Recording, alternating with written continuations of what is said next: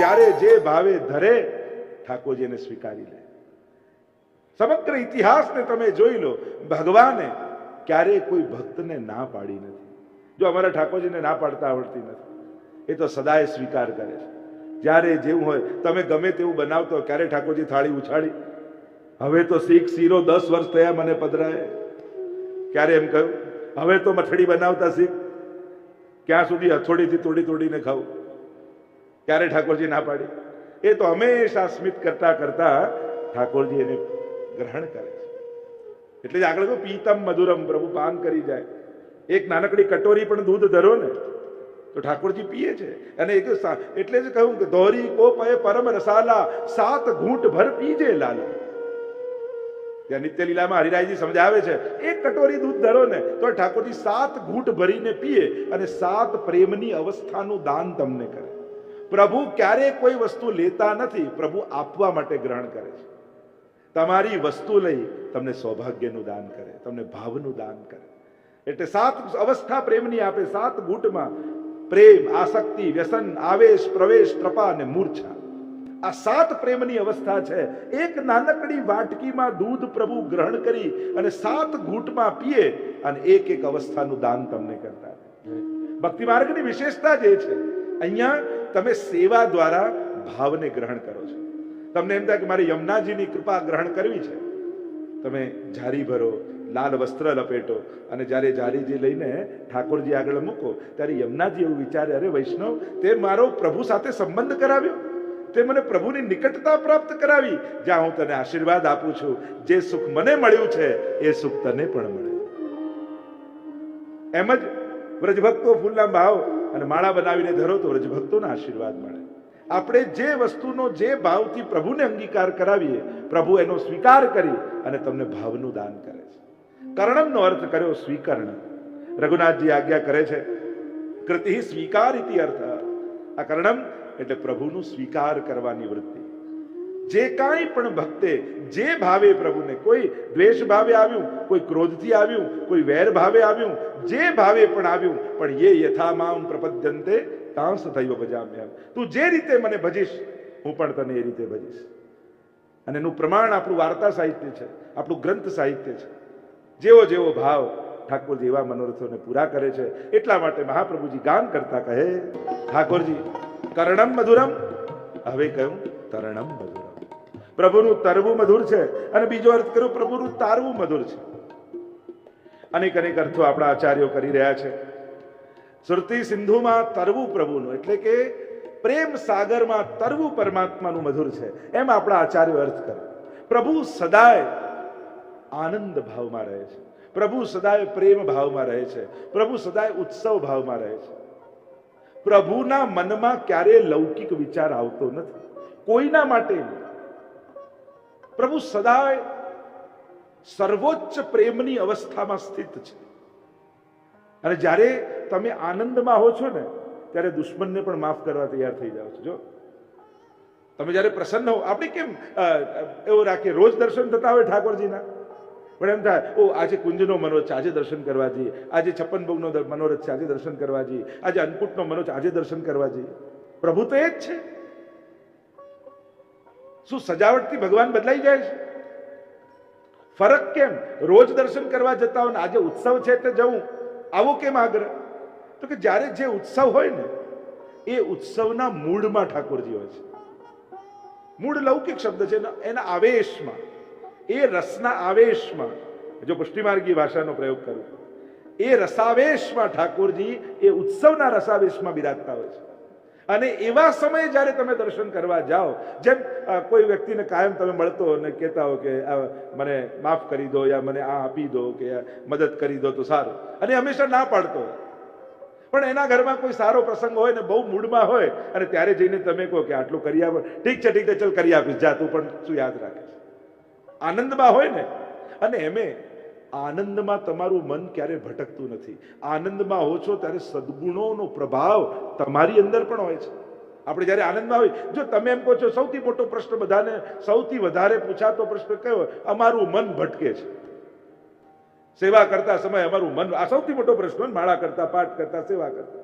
હું તો કહું સેવાનો સૌથી પહેલો પ્રભાવ એ થયો કે આપણને ખબર તો પડી કે આપણું મન ભટકે છે, નહીં તો એનું ભાન જ નતું આપણને કે આપણું મન તો ભટકી રહ્યું છે. પણ પ્રભુની સન્મુખ બેઠા તો એટલી સમજ પેદા થઈ કે મારું મન તો ભટકે છે. પણ જો તમને પ્રશ્ન કરું, નંદ મહોત્સવ કરતા ક્યારે મન ભટક્યું? રાસ કરતા ક્યારે મન ભટક્યું? હોરી ખેલ કરતા ક્યારે મન ભટક્યું? તમે જ્યારે ઉદાસ હો છો ને ત્યારે જ મન ભટકે, ઉત્સવમાં હો છો ત્યારે ક્યારેય મન ભટકતું નથી. નંદ મહોત્સવ કરતા નાચતા કૂદતા આજ સુધી મને કોઈએ કહ્યું નથી કે મારું મન ભટકે છે. આનંદ મહોત્સવમાં મન નથી લાગતું. આનંદમાં હો છો ત્યારે મન ભગવાનમાં જ હોય છે. જ્યારે દુઃખમાં હો છો, ખેદમાં હો છો, લૌકિક વિચારમાં હો છો ત્યારે તમારું મન ભટકતું હોય છે. અને એટલા માટે મન એકાગ્ર કરવા માટે શું કરવું? આનંદમાં રહેવું, પ્રસન્ન રહેવું. પ્રસન્નતામાં ક્યારેય મન ભટકતું નથી. ઉદાસ હોઈએ છે ત્યારે જ મન ભટકે છે. એટલે આપણે ત્યાં સેવામાં જવાની પહેલી શરત શું છે? પ્રસન્નતા. ગોકુલનાથજીના વચનામૃતમાં વૈષ્ણવ કો સદા પ્રસન્ન રહેનો, વૈષ્ણવે સદા પ્રસન્ન રહેનો, આનંદમાં રહે. અરે આપણા ઘરે ત્રિલોકનો નાથ બિરાજે છે. અરે કોઈના એકાઉન્ટમાં લક્ષ્મીજી બહુ હોય તો ફૂલાવીને ભરતો હોય કે અરે અમારે તો બહુ ખાતામાં ઘણા પડ્યા છે. તો જેના ખાતામાં લક્ષ્મી હોય આટલો ફૂલાવીને ફરે, તો જેના ઘરમાં ઠાકોરજી હોય એને તો કેટલું ફૂલાવીને ફરવું જોઈએ. મારા ઘરે લક્ષ્મીનો નાથ બિરાજે છે, એને તો કેટલા આનંદમાં ફરવું જોઈએ. તમે જો તમારાથી પ્રસન્ન નથી તો દુનિયાનો કોઈ માણસ તમને પ્રસન્ન નહીં કરી શકે. તમારી પ્રસન્નતા માટે એક જ કારણ બહુ જ મોટું છે, તમારું હોવું. હું મનુષ્ય છું અને એમાં પણ ઠાકોરજીએ મને વૈષ્ણવ કુળમાં જન્મ આપ્યો છે. મારા ગળામાં મહાપ્રભુજીની કંઠી છે, મારા ઘરે ઠાકોરજીની સેવા છે. આ આટલી બાબત પણ એટલી પ્રસન્નતા અને ગૌરવ માટેની પૂરતી છે કે આટલું વિચારતો રહે ને માણસ તો એને એના હોવા માટે આનંદ થાય, ગૌરવ થાય. એવા કયા સુકૃત મેં કર્યા હશે, એવા કયા પુણ્યો મારાથી થયા હશે કે મને ભગવાને વૈષ્ણવ કુળમાં મોકલ્યો છે, વૈષ્ણવ પરિવારમાં મોકલ્યો છે, જ્યાં ભક્તિ કરવાની બધી જ અનુકૂળતા છે. એવો માહોલ મને ઘરમાં આપ્યો છે. આ પ્રભુની કૃપા છે. આપણા માટે અકસ્માત કહેવાય કે અહીંયા જન્મ્યા એટલે આને માનીએ, પેલાને જન્મીએ. આ આપણે એને એક્સિડન્ટ માનીએ કે અકસ્માતથી થઈ ગયું, બીજે હોત તો બીજું માનતા. ના, તમે ગમે ત્યાં હોત ઠાકોરજીને જ માનતા હોત, કારણ કે ઠાકોરજીનું આ આયોજન છે, એમનું પ્લાનિંગ છે. આપણા માટે એક્સિડન્ટ કહેવાય કે અકસ્માતથી અમે અહીંયા આવી ગયા, પણ તમે એમને એમ નથી આવ્યા. ઠાકોરજીએ બહુ વિચારીને તમને ત્યાં મોકલ્યા છે, એવા પરિવારમાં મોકલ્યા છે જ્યાં પ્રભુની ભક્તિ કરે. સૂચિનામ શ્રીમતામ કે હું નથી કહેતો, ભગવાન ગીતાજીમાં કહે છે હું એને એવા સુખી પરિવારમાં મોકલું છું કે બધી જ લૌકિક સુવિધા સાથે એને ભક્તિ કરવાની પણ બધી સુવિધા મળે. અને જો ઠાકોરજીએ એવા સ્થાનમાં તમને રાખ્યા હોય કે જ્યાં ભક્તિ કરવાની બધી અનુકૂળતા હોય તો માનજો કે ઠાકોરજી ઈચ્છે છે કે તું મારી ભક્તિ કર, તું મારી સેવા કર, તું મારું નામ લે. અનુકૂળતા કરી આપવું એને જ ઈશ્વરની ઈચ્છા માનવી. જો ઠાકોરજીએ બધું ગોઠવી આપ્યું હોય અને કેવલ વારમાં તમારી ઈચ્છાની જ વાર હોય તો સમજજો કે પ્રભુની તૈયારી છે, દેર તમારી તરફથી થઈ રહી છે. ઠાકોરજીએ તો એના તરફથી બધું ગોઠવી આપ્યું છે. એ રાહ જોઈ રહ્યો છે, હવે તું ડગલા ક્યારે માંડે છે, તું શરૂઆત ક્યારે કરે છે. તો જે ચર્ચા આપણે કરી રહ્યા છીએ, તરણમ મધુરમ, પ્રભુનું ભક્તોને તારવું એ મધુર છે. અનેક પ્રકારથી ભક્તે તારે છે ભક્તોને. અને પ્રભુ રસસ્વરૂપ છે જે હું વાત કરી રહ્યો હતો. અને પ્રેમના સાગરમાં પ્રભુ તરતા હોય છે, હિલોળા લેતા હોય, એટલે પ્રેમમય થઈને રહેતા હોય છે. એટલે જ અહીંયા મહાપ્રભુજીએ કહ્યું તરણમ મધુરમ. અને આગળ ગાન કરતા શ્રી મહાપ્રભુજી કહે તરણમ મધુરમ, તરણમ મધુરમ. અને આગળ મહાપ્રભુજી કહે હરણમ મધુરમ. પ્રભુનું હરવું એ મધુર છે, હરણ કરવું મધુર છે. અને હરણમાં ઘણી વાર આપણે શબ્દોના પ્રયોગ કરતા હોય, વસ્ત્ર હરણ લીલા, ચીર હરણ લીલા આપણે કહીએ. ઠાકોરજીએ ચીર જરૂર હતી તો પૂર્યાય છે અને હર્યાય છે. પ્રભુ તો બાલક રૂપે છે. અને ચીર હરણ લીલાનો પ્રસંગ આવે છે કે ગોપીઓના ચીર પ્રભુએ લીધા અને ચીર લઈ ઠાકોરજી અનેક અનેક ભાવનાઓ અહીંયા છે. આ સૂક્ષ્મ વાસનાઓના પ્રતીક છે, વસ્ત્ર છે. ગીતાજીમાં કહ્યું ને વસ્ત્રો દેહને પણ વસ્ત્ર કહ્યા ને. અને પ્રભુ પોતે જ બધા રૂપે સર્જિત થયા છે. એકોહમ બહુશ્યામ પ્રજાય, ભગવાન સિવાય બીજું ક્યાંય કંઈ ના હોય. તો ભગવાન માટે વસ્ત્ર હોવા ન હોવા એ કોઈ મોટી બાબત નથી. પણ દેહને પણ વસ્ત્ર કહ્યો છે. વસ્ત્રોને સૂક્ષ્મ વાસના રૂપ કયા છે. અને જ્યાં સુધી લૌકિક વાસનાઓ મનમાં છે ત્યાં સુધી અલૌકિક કામનાઓ જાગતી નથી. મનુષ્યનું મન અતિશય લૌકિક વિષયાક્રાંત દેહાનામ નાવેશ સર્વથા હરે, એ મહાપ્રભુજી સોળસ ગ્રંથમાં આજ્ઞા કરે. મહાપ્રભુજીના સોળસ ગ્રંથ અદ્ભુત છે, જેને આપણે શ્રી વલ્લભ ગીતા કહીએ છીએ. આજ ગીતાજી અને ભાગવતજીનું દોહન કરી જે નવનીત નીકળ્યું એનું નામ જ સોળસ ગ્રંથ છે. આ બધાનો સાર મહાપ્રભુજી આપણને એટલો અદ્ભુત રીતે આપ્યો છે કે ડે ટુ ડે લાઈફમાં કૃષ્ણ ભક્ત તરીકે કઈ રીતે જીવવું એના સરળતમ ઉપાય સોળસ ગ્રંથમાં મહાપ્રભુજી આપ્યા છે. એક ભક્ત તરીકેનું જીવન, એક ભક્ત તરીકેનો વિચાર, એક ભક્ત તરીકેનો વ્યવહાર શું અને કેવો હોવો જોઈએ, શ્રી મહાપ્રભુજી આપણને અદ્ભુત રીતે સમજાવે છે. મહાપ્રભુજી કહે વિષયાક્રાંત દેહાનામ નાવેશ સર્વથા હરે. જેમ કોઈનું ઘર બળતું હોય અને બળતા ઘરમાં કોઈ રહી શકતું નથી, ઘર છોડીને ભાગી જાય, એમ જેનું હૃદય રૂપી ઘર બળતું હોય એમાં ઈશ્વર પણ રહી શકતો નથી. વિષયાક્રાંત દેહાનામ નાવેશ સર્વથા હરે. ભગવદ આવેશ એમાં થઈ શકતો નથી, કારણ કે જેના ચિત્તમાં સતત લૌકિકતા છે અને જેના મનમાં લૌકિકતા છે એને બધે લૌકિકતા જ દેખાવાની. સામર્થ્યથી સત્કર્મ પણ કરશે ને, કરતા કરતા મનમાં તો ખોટો જ વિચાર આવવાનો, આ દાન આપું છું તો ખરા પણ ઠેકાણે તો વાપરશે ને, એટલે મનમાં તો આવો જ વિચાર આવે. સારું કરતા કરતા વિચાર આવો. ઉપવાસ કર્યો હોય ને એમ લાગે આ ભૂખ્યા રહેવાથી ભગવાન મળતા હોય, અડધી દુનિયા ભૂખે મરે, બધા ના મળી જાય. લોકોને તો વિચાર આવા જ આવે. અને જે વસ્તુ આપણને ન કરવી હોય ને ત્યારે એ વસ્તુને, એ વાતને આપણે ફિલોસોફિકલ કરી નાખીએ. ભગવાન તો ભાવના ભૂખ્યા, જે ભાવથી કરો એ ગ્રહણ કરે, અને મારે ક્યાંક મારો આટલું દિલ ચોખ્ખું, પાછું દિલ ચોખ્ખું હોય તો આપણી વાતે વાતે ચાલતું જ હોય. દરેકને એમ જ લાગે મારું દિલ તો ચોખ્ખું જ છે ને, અને મારું દિલ ચોખ્ખું છે, હું કોઈને દુભાવતો નથી, હેરાન કરતો નથી, મારે ભક્તિ કરવાની, મારે માળા ફેરવવાની શું જરૂર છે? તું કહે છે દિલ ચોખ્ખું, બાજુવાળાને પૂછ તો ખબર પડે. પેલો તો એમ જ કે આના જેવો ખરાબ કોઈ છે જ નહીં દુનિયામાં. એટલે આપણે આપણી જાતને સર્ટિફિકેટ આપી દઈએ અને ખુશ રહીએ, આ તો પોતાની જાતને જ છેતરવા જેવું છે. હજી ભગવાન પાસે બેસવાની ઈચ્છા થતી નથી, એ જ સાબિતી છે કે હજી દિલ પવિત્ર થયું નથી. વિશુદ્ધ અંતઃકરણ વાળો જીવ ભગવાનથી દૂર રહી જ ન શકે. ક્યાંક પ્રભુના નામ, પ્રભુના કાર્ય, પ્રભુની સેવા, ક્યાંક ને ક્યાંક તો એની પ્રવૃત્તિ થઈ જ જાય, જેનું અંતઃકરણ વિશુદ્ધ હોય. વિશુદ્ધ અંતઃકરણ તમારા હાથે સત્કર્મો કરાવે છે. મન એકાગ્રતાનું એક બીજું પણ રીઝન છે. કોઈ કહે મારું મન એકાગ્ર નથી, એટલે મનને પકડવાની કોશિશ ન કરતા અંતઃકરણને સાત્વિક બનાવવાનો પ્રયાસ કરજો. કામ સોફ્ટવેર પર કરજો, હાર્ડવેર પર નહીં. આપણે વસ્તુની જેમ મનને પણ પકડવાની કોશિશ કરીએ, પણ મન કોઈ વસ્તુ થોડી છે. લોકો બોલે ભાવથી ગાઓ ને ભાવથી સેવા કરો ને ભાવથી, પણ ભાવ કોઈ વસ્તુ કે પકડીને લગાવી દઈએ, એ તો વૃત્તિ છે. એટલે અંતઃકરણને સાત્વિક અને વિશુદ્ધ કરશો તો આપમેળે મન ઠાકોરજીમાં રહેશે. પણ રજોગુણી અને તમોગુણી મન હશે તે બહુ વાર પરમાત્મામાં રહેશે નહીં. તો જે ચર્ચા આપણે કરી રહ્યા છીએ, જે વિષયોથી બળતું ઘર હોય એમાં કોઈ ન રહી શકે, એમ જેનું અંતઃકરણ અનેક વિષયોથી બળતું હોય એમાં પરમાત્મા પણ કેમ રહી શકે? પ્રભુ મહાપ્રભુજી આજ્ઞા કરે છે, સર્વ સમર્પિતમ ભક્ત્યા કૃતાર્થોસી સુખી ભવ. સર્વ સમર્પણ કરીને તો સુખી થઈ જાય. પ્રોઢાપી દુહિતા યદવ સ્નેહા ન પ્રેષ્યતે વરે તથા દેહે ન કર્તવ્યમ વરસ્તુષ્યતિ નાન્યથા. અંતઃકરણ પ્રબોધ નામના ગ્રંથમાં મહાપ્રભુજી સોળસ ગ્રંથમાં આજ્ઞા કરે છે, જેમ કોઈ માને એની દીકરી બહુ વાલી છે અને એટલી બધી વાલી છે કે એને પરણાવતી જ નથી. એને એમ થાય કે એને પરણાવીશ તો જતી રહેશે, એટલે એના વહાલમાં ને વહાલમાં એના લગ્ન નથી કરાવતી એને. અને પછી ગામવાળાઓ કહ્યું કરે આટલી મોટી દીકરી હતી, હવે તો પરણાવો. એટલે બહુ બધાએ કહ્યું તો લગ્ન કરાવી દીધા, પણ એને વળાવતી જ નથી. અને લગ્ન કરાવેલી દીકરીને પણ વળાવે નહીં તો મહાપ્રભુજી કહે છે એ પતિને નારાજ કરે છે અને દીકરીનું પણ અહિત કરી રહ્યું છે. હે વૈષ્ણવ, તમે આવું ન કરતા એમ મહાપ્રભુજી કહે છે. મહાપ્રભુજી સમજાવે છે કે તમારી દેહ એ તમારી દીકરી છે. બ્રહ્મ સંબંધ કરાવ્યું અને એને પરણાવી ઠાકોરજી સાથે હવે સેવામાં ન મોકલો, એવું ન કરતા, નહીં તો ઠાકોરજી નારાજ થશે અને આ દેહનું પણ અહિત થઈ જશે.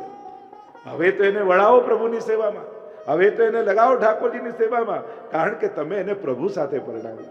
અને આ સેવા દ્વારા જ આ દેહનું પરમ કલ્યાણ છે. હરણમ મધુરમ, પ્રભુનું હરવું. પ્રભુ શું શું હરે? એક તો વસ્ત્ર હરે. સૌથી પહેલા એની ચર્ચા કરી તો પ્રભુ માટે તો વસ્ત્રો સ્પર્શ કરે તો વસ્ત્ર પણ ભગવદ રૂપ થઈ જાય. અને સૂક્ષ્મ વાસનાઓને હરી અને રાસ માટે ગોપીઓને તૈયાર કર્યા. કાત્યાયનું પૂજન કરવું પ્રસિદ્ધ કથા છે ને, વ્રતચર્યાની. કાત્યાયની દેવી બનાવ્યા યમુનાજીની રજમાંથી. અને કાત્યાયની મહાભાગે મહાયોગી નધીશ્વરી નંદ ગોપ સુતમ દેહી પતિમ મે કુરુતે નમઃ. પ્રભુ મને પતિ રૂપે મળે એના માટેની ઉપાસના કરી રહ્યા છે. અને ત્યાં ઠાકોરજી સમજાવે છે આ રીતે નિર્વસ્ત્ર સ્નાન નદીમાં ન કરાય, અપરાધ છે, પાપ છે. અને વસ્ત્ર લઈ વસ્ત્રોને ભગવદ રૂપ બનાવી અને ઠાકોરજી પાછા આપે છે. ત્યારે ગોપીજનો માટે સૌથી પહેલો શબ્દ વાપર્યો ગોપીઓ જ્યારે સ્નાન કરવા જાય છે અને સ્નાન કરીને બહાર આવે છે ત્યારે શબ્દ વાપર્યો વ્રજાંગના. ભાગવતમાં વ્રજા એ યમુનાજીનું નામ છે અને યમુનાજીમાં ઉતરી છે ગોપીજનો અને સૂક્ષ્મ વાસનાઓ પણ હરાઈ ગઈ એટલે ગોપીમાંથી વ્રજાંગના થઈ ગઈ. વ્રજા એટલે યમુનાજી અને યમુનાજીમાં ગયા એટલે યમુનાજીના અંગ રૂપ થઈ ગયા, વ્રજાંગના બની ગયા. એટલે હવે રાસનો અધિકાર એમનો સંપાદિત થયો. હવે રાસની પાત્રતા એમને મળી છે અને આમ હવે પ્રભુ રાસમાં એમને બોલાવશે. હરણમ મધુરમ. પ્રભુનું આ રીતે હરીને પણ જીવનું કલ્યાણ કરવું એ મધુર છે. હરણમ મધુરમ. બીજું તો આપણને યાદ, હરણમમાં રૂક્ષ્મણીજીનું હરણ કર્યું. રૂક્ષ્મણીજીના વિવાહ નક્કી થયા શિશુપાલ સાથે, પણ પ્રેમ તો પ્રભુ સાથે છે, ભાવ તો પ્રભુમાં છે. નારદજી આવ્યા, વાત કરી, કહ્યું પત્ર લખો. અને સુત્વા ગુણાન ભુવન સુંદર શૃણવતામ તે. પ્રભુ આપના ગુણોને મેં સાંભળ્યા છે, મન આપનામાં છે. અને સિંહનો ભાગ જો શિયાળ લઈ જાય તો એમાં અપમાન સિંહનું થવાનું છે. હું આપની છું, મનોમન આપને વરી છું. હવે જો શિશુપાલ મને પરણીને લઈ જશે એમાં મારું અપમાન નથી, આપનું અપમાન છે. પ્રભુને વિનંતી કરી છે અને પ્રભુ હરણ કરીને લઈ જાય છે. હરણમ મધુરમ. અનેક અનેક કથાઓ જોઈ શકાય. આ રીતે હરણમ મધુરમમાં પ્રભુ ભક્તોના દુઃખોને પણ હરનારા છે. આપણને તો આચાર્યોએ વિવેક આપ્યો છે, સુખના અંતમાં એ જ સુખાવસાને ઇદમેવ સારમ, એ જ સાર છે. દુઃખના અંતમાં એ જ જાણવા યોગ્ય છે અને દેહના અંતમાં એ જ જપવા યોગ્ય છે. આપણું તો સુખ દુઃખ બંનેના કેન્દ્રમાં ભગવાનને રાખીએ છીએ. પ્રણત ક્લેશ નાશાય ગોવિંદાય નમો નમઃ. કેવલ પ્રણત કરવા માત્રથી, વંદન કરવા માત્રથી સર્વ ક્લેશોને હરી લેનારા છે. પ્રણામો દુઃખ સમનસ્તમ નમામિ હરિમ પરમ. ભાગવતજીના અંતિમ શ્લોકોમાં કહ્યું પ્રણામ કરવા માત્રથી, પ્રણામો દુઃખ શમનમ. તમે કહો ખાલી આમ પગે લાગીને જતા રહેવાથી શું થાય? દુઃખ શમનમ. તમારા સમસ્ત દુઃખોનો અંત આવી જાય. એવો પ્રભાવ પ્રભુના પ્રણામમાં છે. એટલે જ હું કહું ને, જેને પગે લાગવા જેવું છે એને નહીં લાગો તો ન લાગવા જેવા બધા લોકોને પગે પડવું પડશે. સમર્થનો આશ્રય કરશે. જીવ અસમર્થ બનીને ભગવાન પાસે જાય તો પ્રભુ પોતાના સામર્થ્યથી કૃપા કરે છે, પોતાના સામર્થ્યને દાન કરે છે. પ્રણામ કરવા માત્રથી દુઃખનું શમન થાય છે. એટલે જ ગોપીજનો પણ ગોપી ગીતમાં કહે છે ને, પ્રણત દેહી નામ પાપ કર્ષણ. પાપોનું કર્ષણ કરવા વાળા, હરણ કરવા વાળા ઠાકોરજીના ચરણારવિંદ છે. હરણમ મધુરમ. બીજું કાંઈ ન થઈ શકે. કદાચ તમને સંસ્કૃત ના આવડે તો સ્તોત્ર પાઠ ન કરો, કદાચ ફેરવતા માળા ના આવડે તો માળા ન કરો, સમય ન હોય વધારે, પ્રણામ તો કરી શકો ને. અરે જેણે આખું ઘર આપ્યું એને બે બાય બેનું ઘર ખાનું ના આપી શકો. જે બે ટન પેટ ભરીને જમાડે છે એને કટોરી મિશ્રી ના આપી શકો. જે 24 કલાક દિવસમાં આપે છે એને 5 મિનિટે ના આપી શકો. દુનિયામાં બધે ભલે દોડો તમે, પણ જે વંદન કરીને જાઓ છો ને એ કરેલા વંદન તમારા જોડે જોડે એમના આશીર્વાદ ભેગા આવે. એટલે હું તો હંમેશા કહું, મંગળાનો સમય એ આશીર્વાદ માંગવાનો સમય. મંગળામાં જાઓ ને ત્યારે પ્રભુના આશીર્વાદ માંગો. પ્રભુ મારો આખો દિવસ આપને ગમે એ રીતે જાય, મારા દરેક કર્મો આપની પ્રસન્નતાના કારણ બને, એવા આશીર્વાદ માંગવાના મંગળા સમય. અને શયનનો સમય એ આભાર માનવાનો સમય કે પ્રભુ આજે આખો દિવસ આપે મારું મન બગડવા ન દીધું, મારા કર્મોને બગડવા ન દીધા, મારા વિચારને બગડવા ન દીધા. આપનો ખૂબ ખૂબ આભાર છે. શયનમાં જાઓ ત્યારે આભાર માનો. આજે આપે મને બચાવી લીધો પ્રભુ. આજે એવું કાંઈ ન થયું કે જેનાથી આપને શ્રમ પડે, આપને દુઃખ થાય. આપ રાજી રહો એવો દિવસ મારો ગયો, એમ કરીને આભાર માનો ઠાકોરજી. જ્યારે જ્યારે પાપથી બચો ત્યારે પ્રભુનો આભાર માનો. જો ઠાકોરજી છે ને ઘણીવાર પાપથી બચાવવા માટે પ્રતિકૂળતાઓ કરી દે, ત્યારે આપણને ભગવાન કઠોર લાગે. આવું કેમ કર્યું ભગવાન? કદાચ આવું ન કર્યું હોત તો પાપમાં આપણે ખોવાઈ જાય. પ્રભુ પ્રતિબંધ આપી અને ઘણી વાર આપણને બચાવી લેતા હોય છે, પણ આપણે એ સમય પ્રભુની લીલાને સમજી નથી શકતા. માણસ ખોટો કરવાનો અવસર નથી મળતો એટલે જ ખોટો નથી કરતો, કે ખરેખર ખોટું નથી કરવું, પાપ નથી કરવું, એની સાવધાની સાથે જીવીએ છીએ. આપણે વિચારવા. અહીંયા મહાપ્રભુજી કહે હરણમ મધુરમ. પ્રભુ આપનું હરવું એ તો અલૌકિક છે, અને સૌથી મોટું હરણ તો આપના ભક્તોના દુઃખોને હરો છે. સુખનું એક જ સ્થાન છે, એ છે પરમાત્માની સન્મુખતા. મહાપ્રભુજી એટલે જ વારે ઘડીએ કહે છે યદા બહિર્મુખા યુયમ ભવિષ્યત કથંચન તદા કાલ પ્રવાહસ્તા દેહ ચિત્તાદયો. કલયુગથી બચવાનો એકમાત્ર ઉપાય છે પ્રભુની સન્મુખતા. 2 મિનિટ પણ ઠાકોરજી આગળ ઉભા રહો. આપણને જ્યારે દેખાશે પણ એ આપણને જોઈ રહ્યો છે એવો ભાવ રાખીને ઉભા રહો. એની દ્રષ્ટિમાં મંગલ છે, એની દ્રષ્ટિમાં શુભ છે, એની દ્રષ્ટિ મારા પર પડી રહી છે એવો ભાવ રાખીને ઉભા રહો. બાકી આ કલયુગમાં બચવું બહુ અઘરું છે, કારણ કે દુશ્મન ક્યાંય કોઈ બહાર નથી. આ બધી ઇન્દ્રિયો તો જોડે જ છે ને. સામે પેંડો પડ્યો ને ખાવાની ઈચ્છા થઈ તો વાંક પેંડાનો કે જીભનો? પેંડાનો ને, નહીં, જીભનો. જ્યાં જશો આ જીભને તો ભેગી જ લઈ જવાના, અને લઈ જશો ત્યાં એ પેંડા ગોતતી જ રહેશે. મૂળ વાત છે દુશ્મન બહાર ક્યાંય નથી હોતો. આપણી જ કામનાઓ, આપણી જ ઈચ્છાઓ, આપણી જ દુર્ભાવનાઓ, અને આ તો ભેગી જ છે. જ્યાં જશો ત્યાં, તીર્થમાં જશો, મંદિરમાં જશો, હવેલીમાં જશો, જ્યાં જશો દુર્ભાવ લઈને જશો તો બચવાના ક્યાં છો? નહીં તો ત્યાં લાઈનમાં ક્યાંક ઝઘડો થઈ જશે, ત્યાં તો ત્યાં ક્યાંક મંદિરમાં તો ઝઘડો થઈ જશે. મનમાં જ જો કામના છે, ક્રોધ ભીતર જ છે ને. આપણે કહીએ ને આણે મને ગુસ્સો અપાયો, ગુસ્સો આવ્યો ક્યાંથી? બહારથી નાખ્યો? ભીતર હતો. એટલે તમે કપમાં ચા લઈને જતા હો ને તમને ઠેસ વાગે તો કપમાંથી શું ઢોળાય? ચા ઢોળાય. જે અંદર હોય એ જ બહાર આવે. એમ જ્યારે જ્યારે સંસારની ઠેસ વાગે છે તો બહાર ક્રોધ, લોભ, ઈર્ષા આ બધું આવે છે, કે ક્ષમા, કરુણા, દયા, પ્રેમ આ બધું બહાર આવે છે. જે બહાર આવે છે સમજી લેજો અંદર એ જ ભરેલું હતું, અને જે ભરેલું હોય એ જ બહાર આવે, બહારથી તો કંઈ આવતું નથી. હરણમ મધુરમ.